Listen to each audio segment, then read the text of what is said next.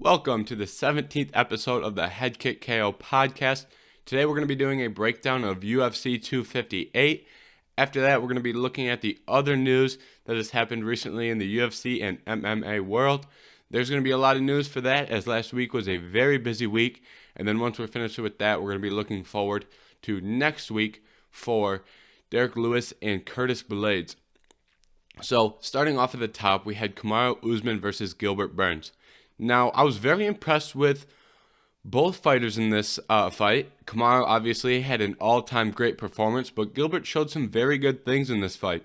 Coming off strong in the first round, Gilbert Burns, it wasn't technically a knockdown, it wasn't scored a knockdown, but it was effectively a knockdown. He caught him hard in the first 10 seconds of the fight.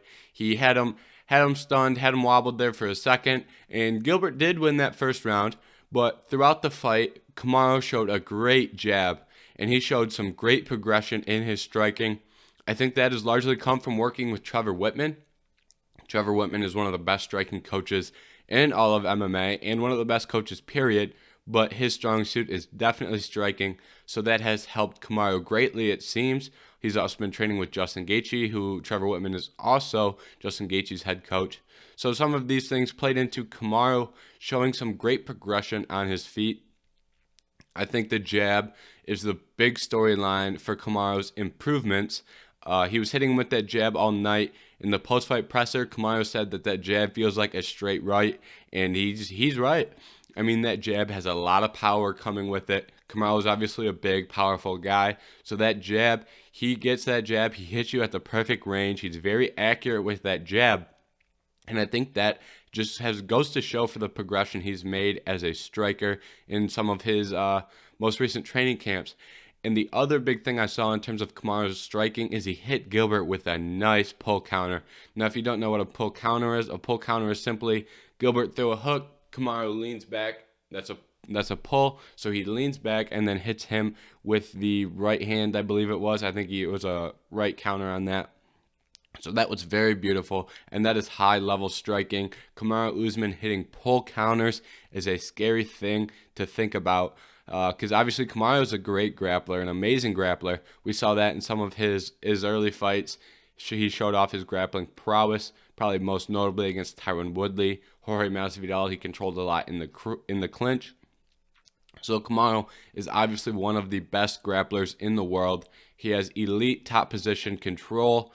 Him and Khabib are the only two to hold 90, I believe it was 95% top control position in over an hour of top position time. It was a weird stat like that, but it pretty much goes to show for how dominant Kamaru is on his feet, or on the ground. So he was very he's always been very composed in the ground, but when he shows progression in the striking, he's going to be very difficult to beat in the future. And right now, they're looking at booking Kamaru versus Jorge Masvidal. It seems like Kamaru is interested in that fight, and it seems like Dana is interested in that fight. I don't really think that's the fight to make right now. If you look at since Jorge has lost to Kamaru over the summer, we have not seen Jorge back in the octagon, and I don't really think you can make the case that Jorge deserves a title shot without getting another win. I mean, for Jorge, he's obviously a big star and everything, and a win for Kamaru to beat Jorge again would really help his star shine, but I think in this position, it's hard to make the case that it's hard to make the case that Jorge deserves that shot. If you look at what Colby Covington has done, for an example, Colby Covington lost to Kamaru in a much closer fight, albeit Colby was finished in the fifth round of that Usman fight, but Colby put up more of a fight throughout that fight. He won more rounds than Jorge did, although he was finished, but I think he showed and he proved that he is the next best guy in the world. And since that loss, he beat Tyron Woodley in a dominant fashion. I think you can look at Leon Edwards. I think Leon Edwards is in a more deserving position of a title shot right now than Jorge would be. Leon Edwards is on a long winning streak. He hasn't lost since his loss to Kamaru early in the UFC. And then if you look at someone like Wonderboy, Wonder Boy is the highest ranked guy that Kamaru hasn't yet beat, and he's coming off wins over Vicente Luque and Geoff Neal, who are two of the top up-and-coming guys in that 170-pound division. So I think all three of those guys are more deserving of a title shot right now, at least, than Jorge would be. I think if they give this title shot to Jorge, I think that would be kind of a reward. The UFC throwing Jorge a bone for stepping in on short notice and doing them a favor back in July. So that could play an element in this, but right now we're going to talk about this a little bit more later, but simply because when we talk about some of the other news that happened this week, some of that news revolves around Leon Edwards and Khamzat Chimaev. Obviously, Khamzat pulled out of that fight, so we're going to discuss that later when we talk about some more news. But for right now, I think the next fight we see for Kamaru is going to be the next guy to get a win in the top half of that 170-pound division. And that could be Leon, that could be Colby. So I think we're going to see a reward here for whoever's active. They go out and get a win, and they're going to be fresh in the audience's mind, and I think they will have a better case for a title shot coming off another good performance, especially if it's Leon or Colby. If we see Leon and Colby fight, I think the winner of that has to get a title shot. That fight is supposed to take place on the 13th. That's what the UFC is looking at. We're obviously, like I said, we're going to talk about that more. So we'll talk about that more later. But I think the next fight for Kamaru Usman is going to be, I think it's going to be the next welterweight in the top 5 to get a win. I think that's where we're going to see this division move towards. Maybe 6. Maybe if Chiesa gets a win against someone in the top 5, they could make the case for him. So I think that's the position we're going to see this division move. So, and for Gilbert Burns, Gilbert's probably going to take some time off. I think Gilbert would probably face the loser if Colby and Leon do end up fighting. I think Gilbert would face the loser of that fight. I think that would make the most sense. So I think a more clear Gilbert Burns fight will appear here in the coming weeks.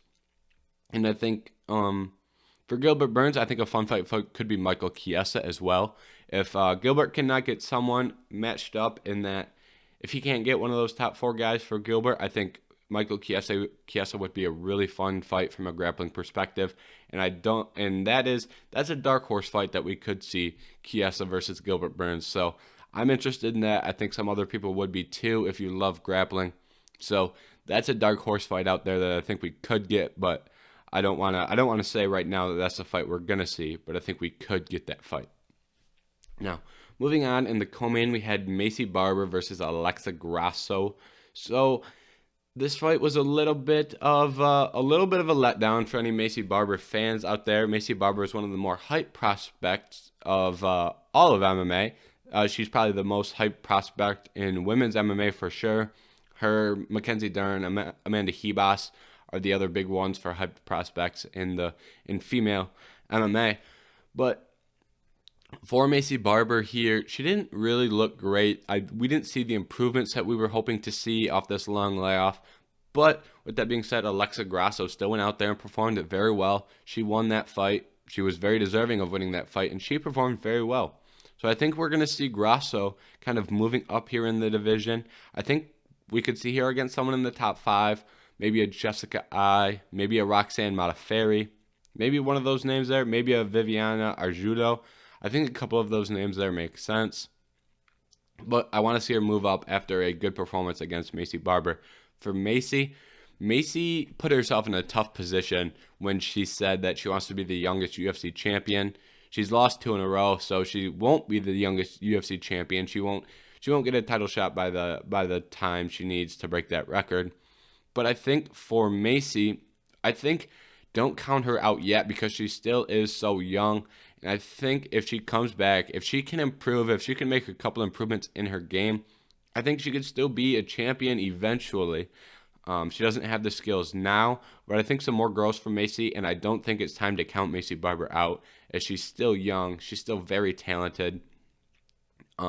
So I think we will see Macy Barber making her way to the top of the division. But right now, she's going to move down in the rankings, and I don't know whether she should take time off or not. You could make a case that she needs to take time off, but I think she needs to do whatever gets her to progress the most. She needs progression. So whether that is take 6 months off and work on growing her skill set, that could be an option. Whether she feels that she needs to get back in there ASAP, that could be an option. So I think whatever Macy thinks is best for her career, I think that's what we're going to see. So hopefully she can come out, make a couple adjustments, and make her way to the top of that division, because I think that would be exciting to see in that female 125-pound division. We had Kelvin Gastelum versus Ian Heinisch, which was a very good fight. Kelvin Gastelum, it looks like he is back. He showed some very good wrestling. He used his wrestling more. Obviously, Kelvin has always been a very good wrestler. But after that Izzy fight, we saw some more striking. If my memory serves me correctly, that whole Till fight took place on the feet. If I do remember correctly, that was November of 2019, so that's been a minute. And I haven't rewatched that fight as it wasn't overly exciting at the time. But for Gastelum here, he showed some improvements, and he got back to his wrestling background, and he dominated most of that fight. There was one point where Heinisch hit a good flying knee. Kelvin just took it right into a takedown and got the takedown, ate the flying knee. Very impressive, very strong chin. So I'm excited to see Kelvin. He changed his game plan up a little bit, and he had a lot of success with that, and I hope we see that moving forward. I think after the Izzy fight, he fell in love with the striking, and that makes sense. He went out there and struck with Izzy for 5 rounds and did better than anyone else has in the UFC. So I think when you do that, when you're facing the best striker in the world, possibly in the world, I think you can make that case that Izzy's the best striker in the world from a technical standpoint. So when you go out there and you almost beat him at striking, I think you're going to fall in love with your hands. And he didn't perform as well against Till. He looked a little gun-shy against Till. And then against Hermansson, he hit him with the heel hook, and he was stuck early. So I think Kelvin Gastelum is not done yet. I think he's got a lot of time left. And if he can keep making improvements like this, if he can get back to his strong wrestling background, we've got a lot to look forward to for Kelvin, as this 185-pound division has a lot of fun matchups right now. For Kelvin, what's next? This is another one I think we need to let some stuff play out. I think Kelvin deserves to move up in the rankings right now. I think maybe if he moves down, Edmund Shabazian could be a fun fight.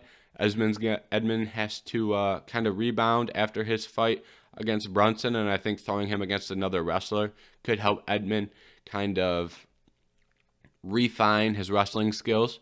So I think that's a fight to look out for. But right now, we have a lot of this division matched up. We have Uriah Hall versus Chris Weidman are fighting soon. We have Kevin Holland versus Derek Brunson. That fight's taking place soon. We have Till versus Vettori. That fight is taking place soon. We have Hermansson, who isn't booked, coming off a loss. But Kelvin has already fought Hermansson. The Cannonier is out. Robert Whittaker and Paulo Costa, they're paired up. So right now, this division is pretty booked up. Brad Tavares is coming off a nice win. Omari Akhmedov is coming off a nice win. Those could be names for Kelvin Gastelum. But I'd like to see Kelvin Gastelum move up. I'd like to see him face someone of a higher tier. Both Tavares and Omari Akhmedov are good. But I think after a dominant performance of the number 15 guy, what's the point of giving him 13 and 14? So I think Kelvin should wait this one out and let this division play out. This division is so matched up here for the next 2 months. Don't rush into a fight. Wait for this landscape to play out. I think that's the best case scenario for Kelvin Gastelum. And then once we see this division, it's going to play out, and we're going to see some movement in the rankings, and then that would be the appropriate time to strike for Kelvin Gastelum's next fight. Moving on, there's a couple more fights I want to talk about from UFC 258. The next being Ricky Simón versus Brian Kelleher. This was a very good fight for Ricky Simón, and Ricky Simón he's constantly underrated, and I think a lot of that comes from his loss to Uriah Faber. when you lose to Uriah Faber, and Faber is way past his prime, and I think he just got caught by Faber. I think he beats if him and Uriah fight now, I think he wins that fight now. He had a great performance against Kelleher, who is a 145-pounder. So for Ricky Simón, I think we're going to see him up against someone in the top 15. I think he's very close to being ranked. I don't think he'll get ranked in the next update on Tuesday. Right now you have Casey Kenny, Song Yadong, Corey Stamen. They're sitting there at the bottom, or Cody Stamen, excuse me. They're sitting there at the bottom of the division. Casey Kenny and Song Yadong are both fighting on UFC 259. So usually we don't see movement in guys who are fighting soon. Very rarely will someone get moved down when they have an upcoming fight. So I don't think Ricky Simón is going to jump into the rankings, but I think he might be the 16th, 17th, or 18th best guy at that division right now in terms of rankings if we were to extend those past 15. So I think we're going to see him up there against a ranked guy soon. Maybe someone just outside, but a respected opponent is who I think we'll see Ricky Simón up against next. And Ricky has a bright future here. He's got the Chael Sonnen cosign. Chael Sonnen says he's very good in the practice room, and I think he showed some of that last night with a very good performance. And I think he kind of lived up to some of he's been talked about for a long time as someone who can make some moves in that 135-pound division, which is very talented at the moment. So I'm glad to see him get a good performance, and I hope we can see him in the future continue with these good performances and get some momentum behind himself. And then the last fighter I want to talk about from UFC 258 is Belal Muhammad. This was a tremendous performance from Belal Muhammad. He looked very good. The only thing that he kind of lacked in was dealing with leg kicks, but right now I think that's more. I think dealing with those low calf kicks that's not a personal problem for Belal Muhammad, as everybody. I can't remember the last time someone dealt with calf kicks well. A lot of guys are throwing those in their game plan so effectively right now, and I think it's something that we're gonna see guys get ate up by leg kicks a lot here in the near future. So I'm not gonna criticize him for that. That's a hard thing to criticize Belal Muhammad for when every single person on the UFC roster is struggling with those low calf kicks right now in terms of defending them. So, but every other aspect of this, he looked great. I loved how he controlled range so well. He was playing the cliche game of hit your opponent and don't get hit. He was in his face, landed a couple, get out of range, and then when it was time to get back in range, he'd be throwing in range, get out of range. He was getting in and out of range so well, and he was dominating a lot of that fight. He looked very good. I was very impressed by Belal Muhammad, and I'm excited to see what's going on for the future here. I would like to see him against Geoff Neal. I think that'd be such a fun fight that would take place on the feet. Li Jingliang would be another fun one. I think there's a lot of fun fights. Robbie Lawler's running around out there. I think there'd be a lot of fun fights for Belal Muhammad in the bottom half of those welterweight rankings. Vicente Luque, he's fighting Tyron Woodley. We'll see how that fight plays out. That might be someone that you can look at for Belal Muhammad. I think all those would be fun fights for Belal. I want to see him fight a ranked guy this time. He's finally in the rankings. He got moved to 13, and then they gave him an unranked guy.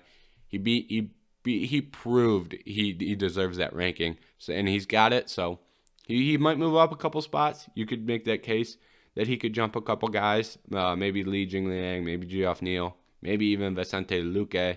I don't know if I'd go that far, but he deserves to be matched up against one of those guys, as he looked outstanding last night. And that's all for this UFC 258 breakdown. So now we're going to move into some other news that took place in the UFC last week. And there was a lot. There was a lot of news. Starting off, we're going to start off with what we saw at the beginning of the week. The very first thing that happened this week was Nate Diaz had an interview with Ariel Helwani. The biggest thing there is to be taken from this is you have Nate Diaz, who called out Charles Oliveira and Dustin Poirier. He said he doesn't want to fight any 170-pounders right now, and he wants to fight 155-pounders at 170.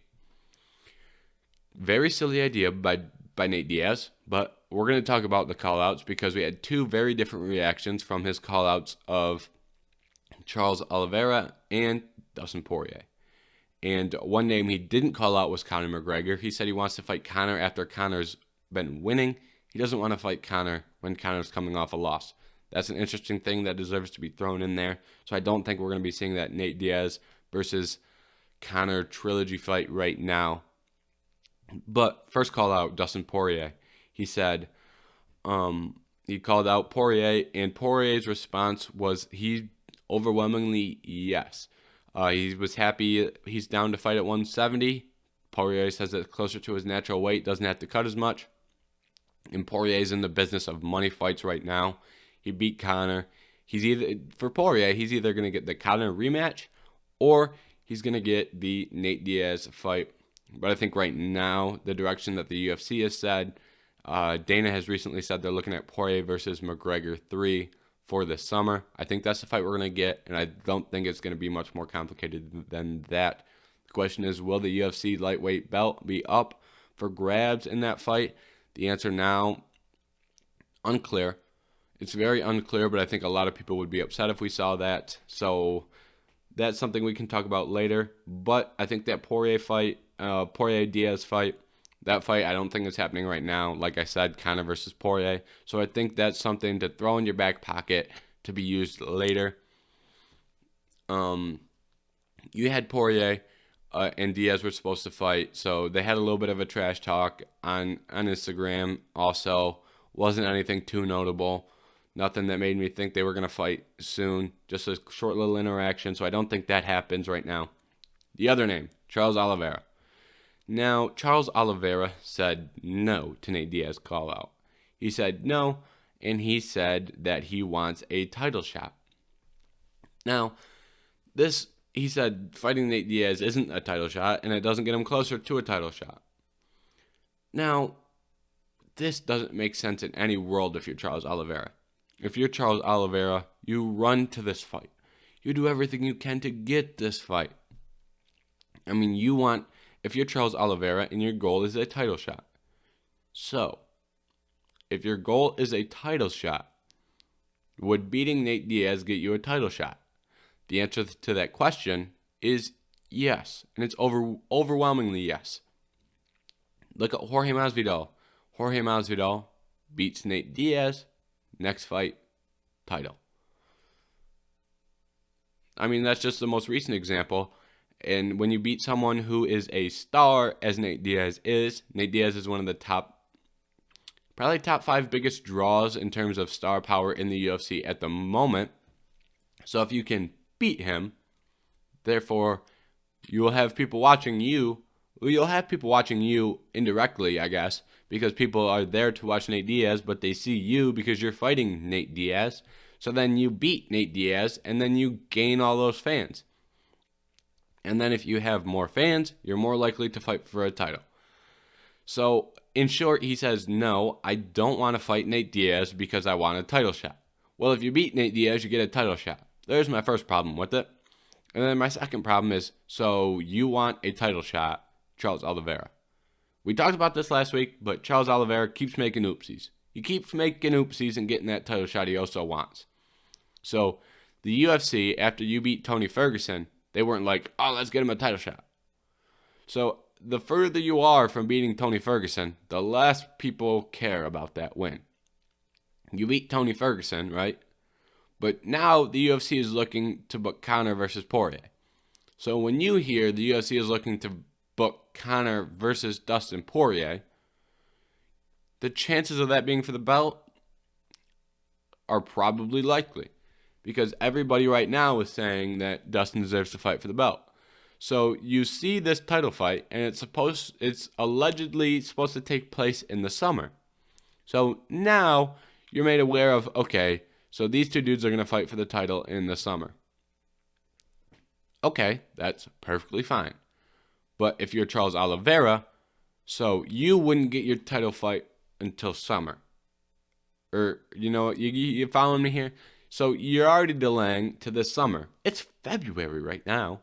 So this summer, the title shot is being given. Likely. That's the information we have right now. Now, say Charles Oliveira, best case scenario, he fights the winner of Conor McGregor versus Dustin Poirier. When is that going to be? Is that going to be 2 months after? And if they're fighting in summer, does that mean July? So you're fighting in September? Does that mean June? So you're fighting in August? Do you see the problem here? So if you're Charles Oliveira, there's this big gap of time until when you have last fought, which was December, to next summer at the earliest. Summer at the earliest. What's more probable is the fall. So it'll have been almost a year by the time they look to book the next UFC title shot. Now, what happens if Michael Chandler and Justin Gaethje go fight? The winner of that is probably going to be in line ahead of Charles Oliveira, especially if it's Michael Chandler. So you're in this position where you want a title shot, but if you look at the landscape of the UFC and the landscape of the lightweight division, the chances of you getting a title shot right now are very slim, especially off the back of the UFC trying to make Conor versus Poirier 3. So you're seeing here, I'm not going to get my title shot. And what's he want to do?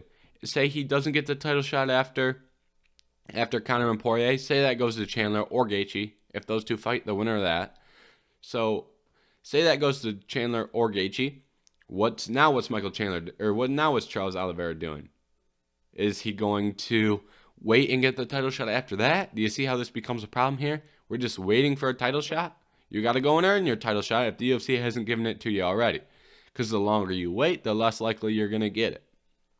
And that's just how it happens. So if you're Charles Oliveira, the fastest way here would be fighting. The best way to get your title shot is beating Nate Diaz here. If you beat Nate Diaz in the summer, then you have Charles Oliveira, if you're Charles Oliveira and you beat Nate Diaz in the summer, and Chandler and Gaethje go out there and fight, and then you have Conor and Poirier fight. So you see where this is. So now we have all these guys matched up, and now you at least have a fighting chance to get the next title shot. Because if you're Oliveira and you beat Nate Diaz, you're probably going to be getting that title shot before Chandler or Gaethje, the winner of that. Especially if he'd be coming off Kevin Lee, Tony Ferguson, Nate Diaz. He'd be more likely to get a title shot than Michael Chandler, who'd be coming off Gaethje and Hooker. You see how this fight kind of it's really the gateway to a title. Now, say he doesn't want to fight Nate Diaz, and that's not the route he wants to take. So then, in that situation, you still have to fight again. You'd have to fight Michael Chandler or Justin Gaethje. Now, once again, if you're sitting in Charles Oliveira's shoes, you're sitting here and you're like, okay, so my next fight is going to be against one of three names: Nate Diaz, Justin Gaethje, and Michael Chandler. Now, if you're Charles Oliveira, look at risk-reward here. Nate Diaz, you'd be having the least risk because you'd be fighting at 170. So if you go up there and you lose, you have a built-in excuse. And I know a lot of people don't like excuses in the fight game, but they're a real thing. Jorge Masvidal's doing it right now, saying he only had 6 days' notice against Kamaru Usman, and that's kind of pushing him forward, giving him a greater chance at a title shot because he's got the excuse. Listen, not everybody likes excuses, but the fact of the matter is, if you have a built-in excuse, you're going to see people are going to use that excuse for you, and it's going to help further your career. Whether you like it or not, that's just the way it is. So he has this built-in excuse. Well, worst case scenario, he loses to Nate Diaz. All you have to do is say, hey, it was at 170. I'm a 155-pounder. And if you beat Nate Diaz, you don't say anything about where the fight took place. You say Nate Diaz is a 155-pounder fighting at 170, and you beat him. And then you go get your title shot. So you can do that, or you can fight Chandler or Gaethje. Now, if you're Oliveira, what's the easiest fight there? Is it Nate Diaz? Is it Gaethje? Or is it Chandler? From my eyes, if you're trying to come up with the easiest guy to beat for Charles Oliveira, it's probably Nate Diaz. Nate Diaz hits the least hardest. He's the least powerful out of those guys. And this is coming from a huge Nate Diaz fan here. I love Nate Diaz. But Charles Oliveira, stylistically, would probably have a harder time against Michael Chandler. Would probably be the toughest fight for Charles Oliveira, just simply with that wrestling background. And Michael Chandler would have a way better shot of keeping that on the feet than Nate Diaz or Justin Gaethje would. I think Justin Gaethje would probably be a tougher fight on the feet, but I think we saw last fight that Gaethje can get taken down, so I think that'd be an interesting matchup. But for Nate Diaz, when was the last time we saw Nate Diaz use his Brazilian Jiu-Jitsu? It's been a minute. The last submission win he had was probably Conor, and that wasn't because he crafted up a beautiful submission. It wasn't because he went out there and found an armbar. It wasn't because he went out there and hit a triangle choke. It was because he rocked him on the feet. And Conor kind of gave up his back. He was in full mount. Nate Diaz would have got the finish in full mount if he stayed there. So Conor scrambles. Nate gets the rear naked there. So we're in this position where if you're Charles Oliveira, if you're looking at risk-reward, highest amount of reward is Nate Diaz with probably the lowest amount of risk. So when you see that, I don't understand the logic of saying no to that fight, but instead of sitting here and piling on to how Charles Oliveira has failed to navigate his own career, and it feels painful to say that, but from a media standpoint, from a marketing standpoint, from a promotional standpoint, Charles Oliveira hasn't done the best work in doing that.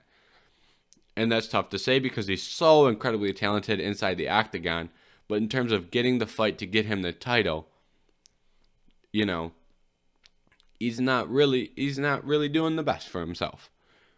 Because, if you look at everything Charles Oliveira's done, if you look at his 8-fight run, hasn't been overly impressive names. Still an 8-fight run. You've got Tony Ferguson and Kevin Lee are the two big names on that list.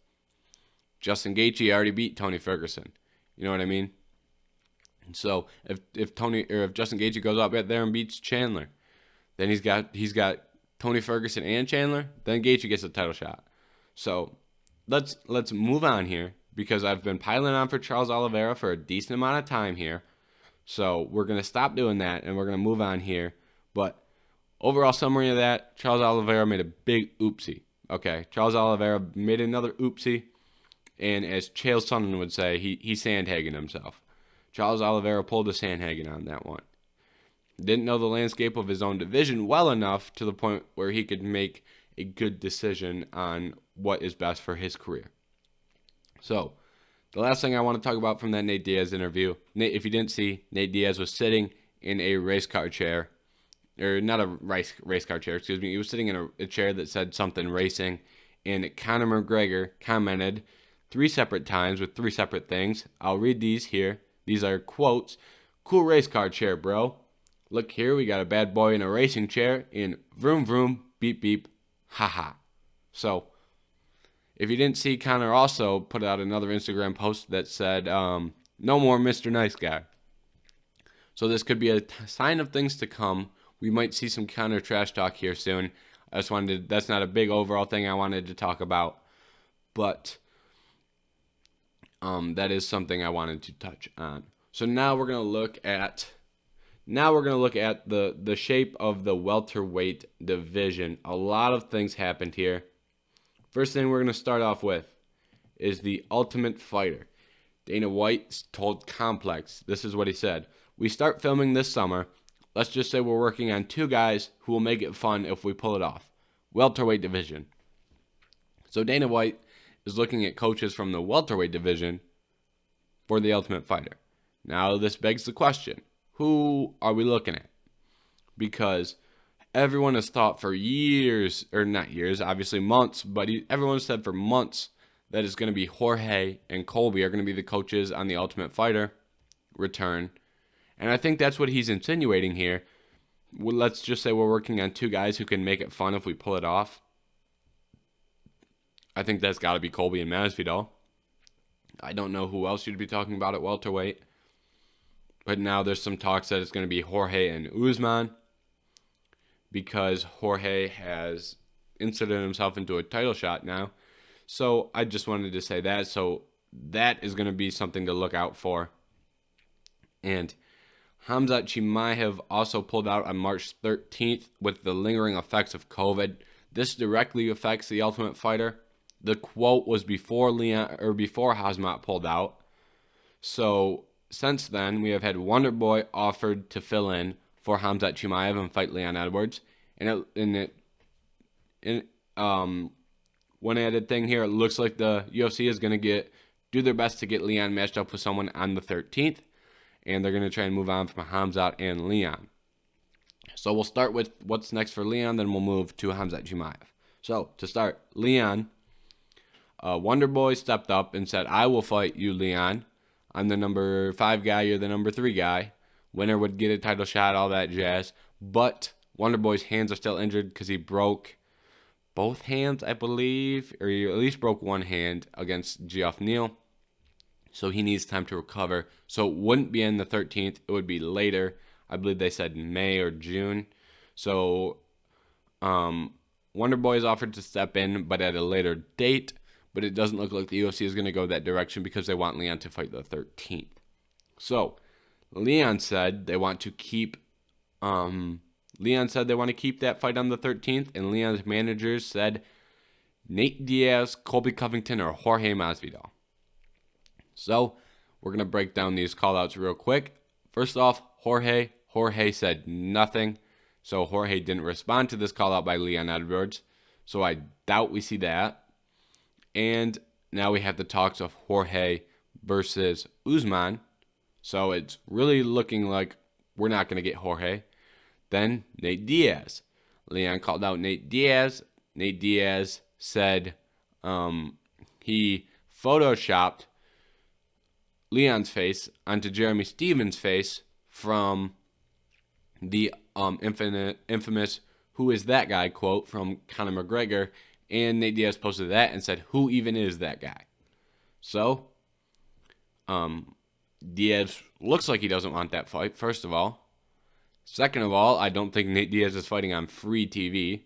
I don't think we'll see Nate Diaz ever again on a fight that's not a pay-per-view. Whether he might be on a pay-per-view, he might not be the main event of every single pay-per-view that he fights in, but I think he will at least be on a pay-per-view. I don't think we ever see Nate Diaz on free TV. So Leon and Nate Diaz, very unlikely. Now, last name, Colby Covington. Colby has not said anything directly, but Dana White said the UFC is looking at Colby versus Leon. So, if we see Colby versus Leon, that's looking like the most likely, which is really interesting for two reasons here. First of all, if you're looking to make the Ultimate Fighter coaches, Colby Covington versus Jorge Masvidal is the best possible scenario for the Ultimate Fighter coaches. Second best scenario would probably be Colby Covington versus Kamaru Usman. Now, that's the first thing, so that could throw a wrench in any Ultimate Fighter plans they have. Second off, March 13th, if you have Leon and Colby fight, I think you have a hard time saying the winner of that doesn't deserve a title shot. Either guy. If Colby wins, he would have been the closest guy to beating Kamaru Usman, and I think you can sell the fact that Colby beats him a lot better. That's a rivalry. Both guys hate each other. That fight sells. That fight does good numbers, and that fight's going to be a fun fight. So I think that's the best possible fight in the welterweight division right now. And for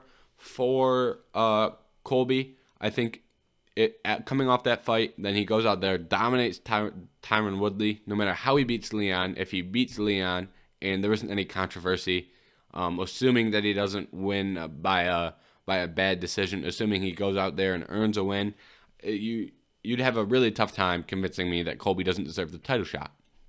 With that being said, same for Leon. If Leon goes out there adds another name to his win streak, and that name is Colby Covington. If you beat Colby Covington, his last fight was RDA. So if you're coming off RDA and Colby Covington, title shot. Title shot. Simple as that. So I think Colby versus Leon would be a good fight in terms of rankings and title picture and all those types of things.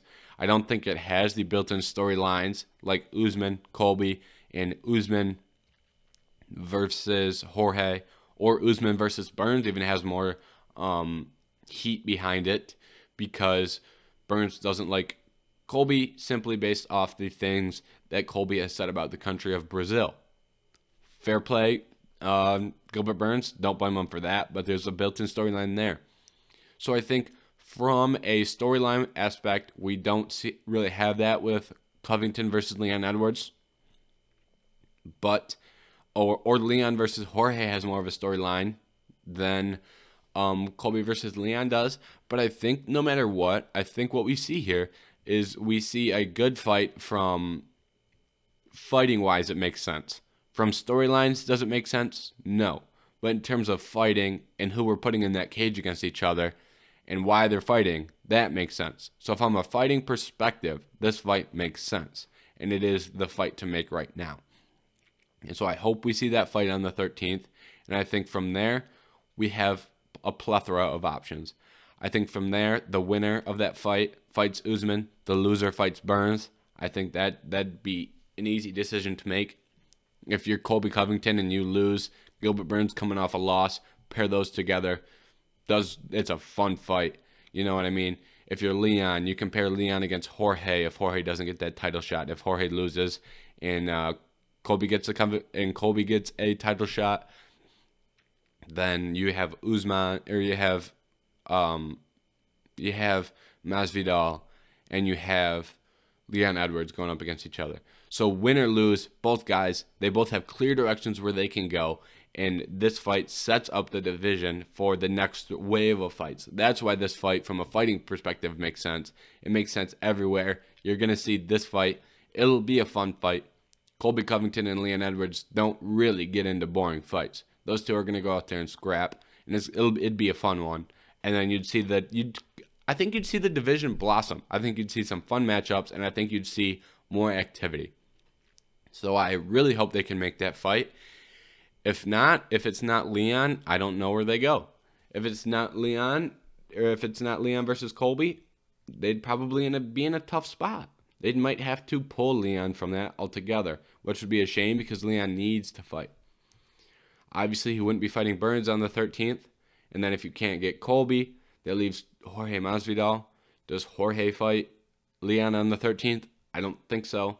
I don't think we see Jorge. I think he's in a similar position to Nate Diaz, where we don't see Jorge on free TV again. So from a money standpoint, that doesn't make sense. And then Stephen Thompson, injured. Then you'd move down to Michael Chiesa at 6. I guess that fight could work.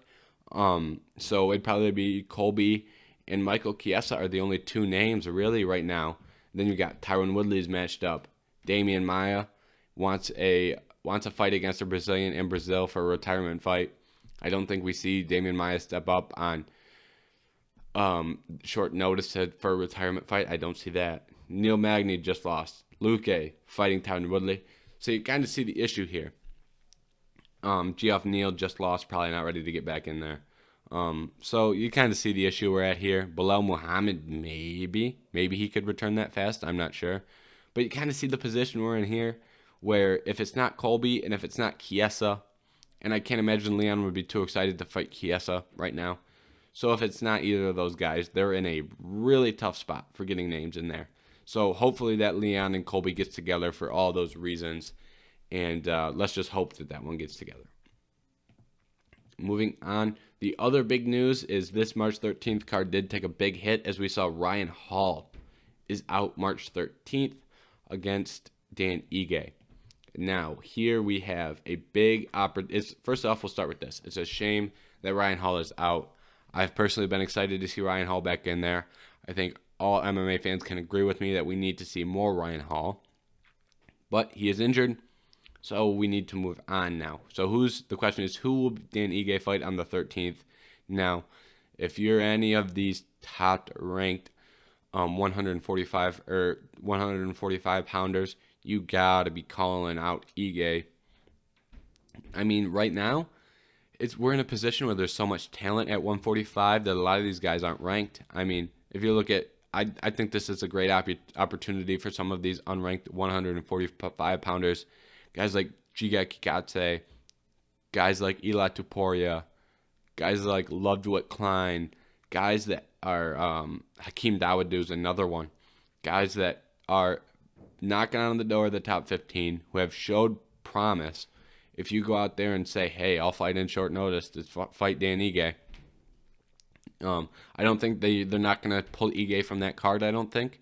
I think they need that fight. I think they need an Ige fight on that card for marketing reasons. I mean, it doesn't have to be Dan Ige, I guess, but they don't want to lose a ranked fight off that card. So I think Ige, and I think if you're one of those guys that I just mentioned, and plenty more of those guys outside the top 15 at 145, start calling for this one.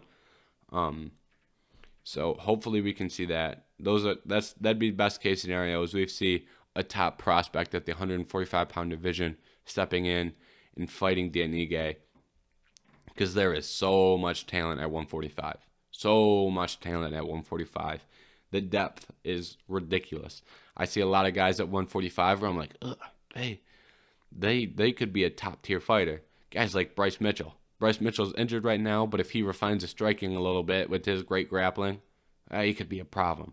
Edson Barbosa's at 15.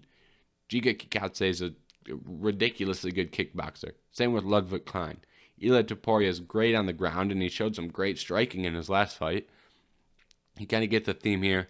This Lerone Murphy, he's out for a little bit because I believe he broke an orbital. His eye was quite swollen at the end of that.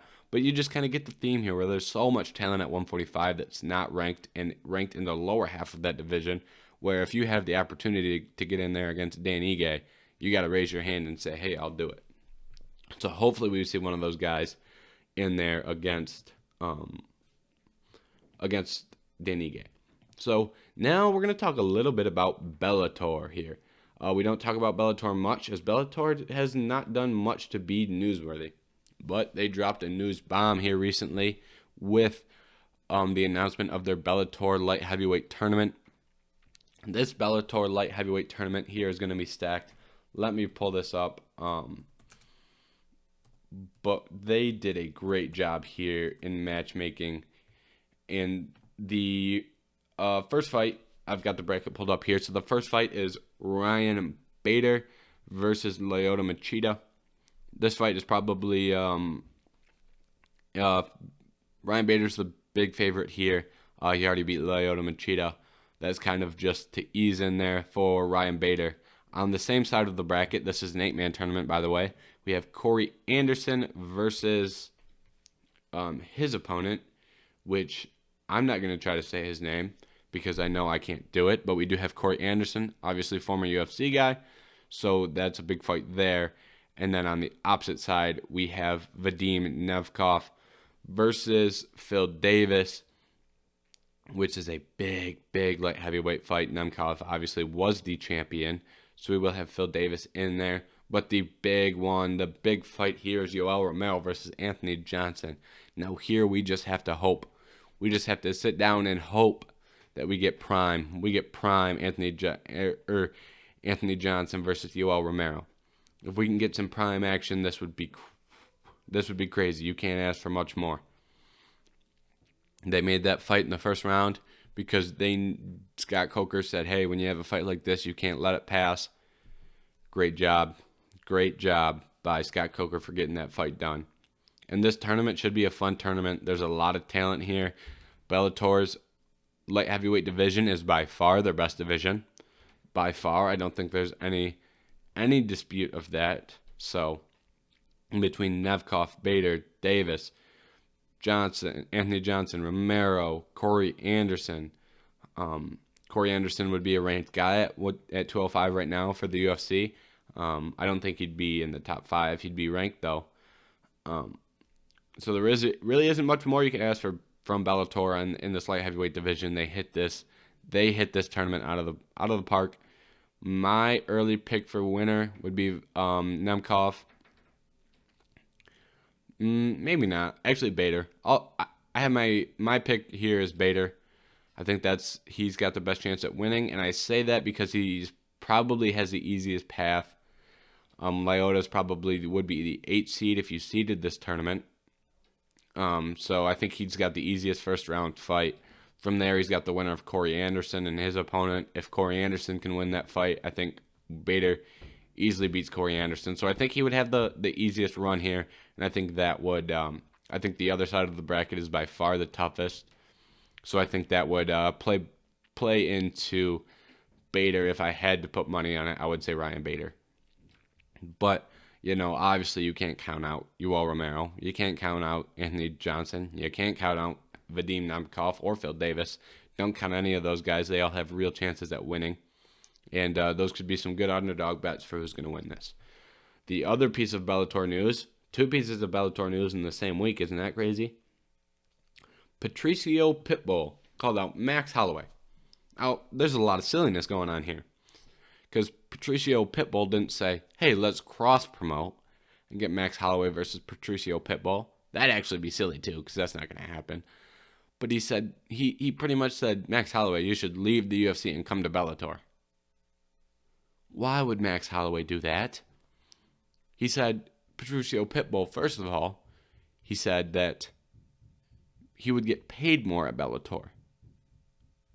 Come on. Pitbull, you get paid the most at Bellator, I believe. And Patricio Pitbull gets paid so much at Bellator because he's probably the best fighter in terms of skill at Bellator. And he's been there probably longer than anyone in the company. So he has the most tenure and the most skill. That's why you're getting paid so much. If you think Bellator is going to pay Max Holloway more than the UFC, this is how that negotiating would go, right? So say there's a bidding war going on for Max Holloway. The UFC would pay Max Holloway whatever they need to keep him. The UFC is not letting Max Holloway go. If Bellator says, hey, we'll give you 500, if Bellator says, Max Holloway, we'll give you 500 to show, 500 to win, in terms of 500 grand here.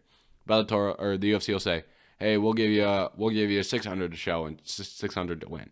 And it just keep going until Bellator decided to tap out. But the UFC would not let go of Max Holloway. First of all, so Pitbull, you're wrong. You're very wrong. And Pitbull doesn't even know how many fights are left on Max Holloway's contract, and he's telling him to leave the UFC. How the hell do you know he didn't just resign? So this is where this silliness comes from. And then he says,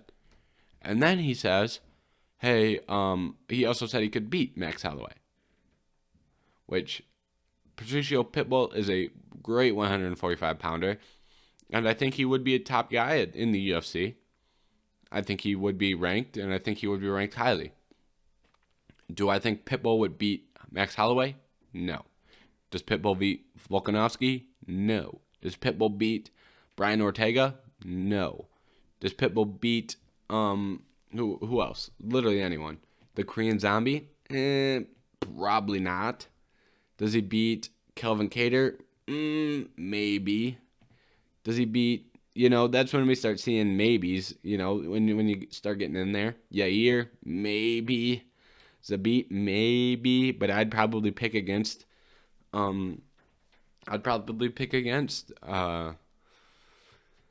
Patricio in most of those fights. And I think if you're Patricio Pitbull, if you want to try and bait someone to leaving the UFC, you don't bait Max Holloway. You want to bait someone to leave the UFC, you bait Kelvin Cater, or you bait the Korean Zombie. Bait someone coming off a loss and say, hey, you can come to Bellator and get paid way more. Because you might be able to make the case that Kelvin Cater could get paid more at Bellator if Bellator wanted to open their pocketbooks and get Cater over there, or the Korean Zombie, or even Yair. Yeah, actually, if you're going to try and bait someone to leave Bellator, leave for Bellator, you talk to Yair Rodriguez. I mean, the dude just got suspended for a whereabouts violation. I can't imagine he's too happy with USADA. You don't even have USADA at Bellator. So if you want to bait someone to leave the UFC in the 145-pound division, start talking to Yair Rodriguez. Don't talk to Max Holloway. You know what I mean? This is just getting silly. At least use your brain here. At least think about it. Just look at the division and go, who's the most likely to leave? Yeah. And then you could make a case that you could try and get the Korean Zombie and Calvin Kattar, but you're not getting Max Holloway out of the UFC. I just don't see it happening. Because Max Holloway has always said, I want to beat the best guys. So if Max Holloway always says, hey, I want to take out big names, what's he going to go to Bellator for and beat big names? Once you beat Pitbull in the 145-pound division, you start looking around and going, well, we got Emmanuel Sanchez, and, well, we got AJ McKee, or he could fight Zabit and Yair and the Korean Zombie. You know what I mean? There's way more fights for Holloway in the UFC, and then if Holloway wants to move to 155 pounds eventually, that opens up a whole another case of big fights at 155. If Holloway wanted to move up to 155 in Bellator, who does he fight? Patricio Pitbull. You see where this is going? So there's no point for Max Holloway at Bellator. I think everybody who saw this and was like, well, that's not going to happen. But I just wanted to make sure we talked about it here because it was quite silly. So when you're Patricio Pitbull, if you want to keep saying silly shit, I'll keep talking about the silly stuff you want to talk about. We can do that all day. But, if you want to be productive, stop saying all this silly stuff to the media. Just cut it. Cut it if you're Pitbull. That was the last piece of news. Ended on a little bit of a lighter note. So now we're going to move on to UFC Fight Night Blaydes versus Derrick Lewis. Now, I think the way a lot of people are looking at this fight here, a lot of people are looking at this saying Curtis Blaydes versus Derrick Lewis. Curtis Blaydes, all-time great wrestler, probably. Well, I don't know about all-time great. Currently, Curtis Blaydes is one of the best wrestlers in the UFC. Top 3 in terms of dominance on the ground.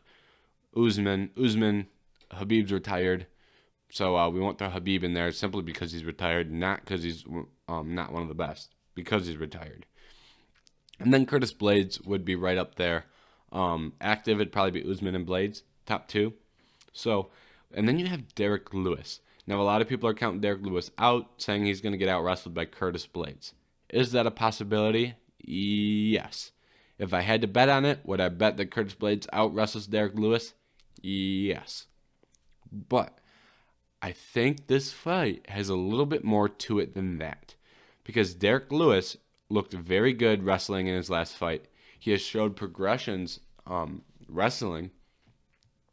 He out-wrestled a couple guys here. His last fight against Alexei Oleinik, he had a good amount of top position, if I remember correctly. You had Latifi, who he wrestled a lot. I think he wrestled Ivanov a lot. So I think he wrestled a lot of these guys a lot. And he's kind of progressed. Derrick Lewis is a smart guy. Derrick Lewis is the type of guy that make everyone think he's a silly and funny guy, which he is silly and funny. But he's also a lot smarter than people give him credit for. And I don't think Derrick Lewis takes this fight if he thinks he's going to go out there and get dominated on the ground. I think Derrick Lewis is going to go out and prove a lot of people wrong and show them that he can wrestle. That's the reason he took this fight. He wanted to prove he could wrestle. And this fight got canceled, and he said that's why he took the fight. And then he took the fight again. This fight was supposed to take place in December. And he took it again because he wants this fight to prove he can wrestle. So, I think Curtis Blaydes out-wrestles him still. I just, gave him a lot of credit for wrestling improvements. But did he improve enough to beat Curtis Blaydes? I doubt it. But if he did, I give him so much credit for that. And I think this is going to be a closer fight. And I think some of these wrestling exchanges are going to be a lot closer than people are expecting. I think a lot of people are expecting Derrick Lewis to get ragdolled, and I don't think that's going to happen. And I think this is going to be a very close fight. I could be wrong. Curtis Blaydes could go out there and ragdoll him, but I think we're going to see improvements from the ground game from Derrick Lewis to prove that he can out-wrestle some guys. And I think we're going to see that. I hope we see that. And if that happens to where Lewis can shut down the wrestling, we're going to have a very fun fight on the feet. Because Curtis Blaydes is a very underrated striker with a lot of power in his hands. Obviously, he's not one of the greatest strikers at the heavyweight division. I'm not saying that, but he does have underrated striking. So that is the biggest fight on this card by a mile. But there are some other fun fights on this card that I don't really want to overlook here. You've got prospects here, a lot of prospects. You have Chris Dauskas, who's one of the better heavyweight prospects, versus Alexei Oleinik, who's an all-time legend of the sport. Phil Hawes is fighting on this card. He's another great prospect. You have, where's the other couple? You have Tom Aspinall is way down on the bottom of the prelims here. He's fighting Andrei Arlovski. Tom Aspinall is a very, very promising guy in that heavyweight division. And then you have Draco Rodriguez, who's a very bright prospect. And you have Jakar Close. So we have a lot of good prospects on this card. I'm going to be watching this card. I'll probably watch all the fights on this card. I think there's a lot of underrated fights here. There aren't too many big names, but we got some bright prospects in there that hopefully perform well, and with a very good main event. So I think this is a very good card that the UFC has put together here. I'm excited for it. I think everyone should be excited for it. I don't think this is going to be a traditional Curtis Blaydes fight. I don't think this is going to be Blaydes versus Volkov. I think we see a better fight here, and I'm excited for what's going to take place here in this heavyweight division. We've got Blaydes versus Lewis coming up. The week after that, I believe we